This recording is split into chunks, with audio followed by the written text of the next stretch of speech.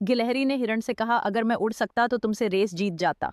हिरण मुस्कुराया और बोला, तो मैं तुझे बताता कैसे बिना पंख के गिरने का मजा आता है। ईगल ने कहा, तुम्हारी लंबी टांगे हैं लेकिन दौड़ने में मेरे पंख कितने तेज हैं। हिरण ने हंसते हुए कहा, हाँ लेकिन मैं बिना किसी थकान के एक दिन की लंबी दौड़ कर सकता हूँ। ईगल ने जल्दी से नीचे उड़कर कहा, ध्यान रखना मैं तुमसे तेज हूँ। हिरण ने मुस्कुराते हुए कहा, मुझे सिर्फ इतना पता है कि तुम्हारे पंखों के साथ हवा में मजा आ रहा है जबकि मैं जमीन पर सम्मान के साथ दौड़ता हूँ। फिर ईगल और हिरण एक हंसते हुए पल में बगल में बैठ गए। ईगल ने कहा, तुम पे कोई शिकार नहीं कर सकता, तुमसे दोस्ती करना ही सबसे अच्छा है। हिरण ने जवाब दिया, और तुमसे उड़ान लेना सीखना भी मजेदार होता है। ईगल आकाश में उड़ते हुए अपने चुटकुलों की प्रस्तुति का अभ्यास कर रहा था, उसके चेहरे पर एक शरारती चमक थी।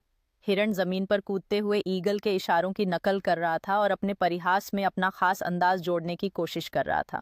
ईगल और हिरण अपने हास्य कार्यक्रम का प्रदर्शन करते हुए जंगली जानवरों के एक समूह के सामने खड़े थे, जो सभी हंस रहे थे और उनके शो का आनंद ले रहे थे। दर्शकों में खरगोश, गिलहरियां और पक्षी सभी हंसते हुए उनकी प्रतिभा की सराहना कर रहे थे। प्रदर्शन के बाद ईगल ने झुककर अपने दर्शकों का आभार व्यक्त किया, जबकि हिरण उसके बगल में तालियां बजा रहा था।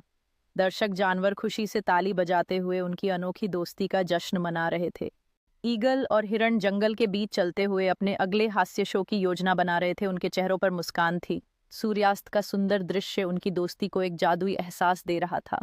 ईगल एक पेड़ की छाल पर अपने विचारों को स्केच करते हुए नजर आया, हल्की हवा में उसके पंख बिखर गए। हिरण उत्साह से उसके पास बैठा हुआ नए पंच लाइनों के सुझाव दे रहा था।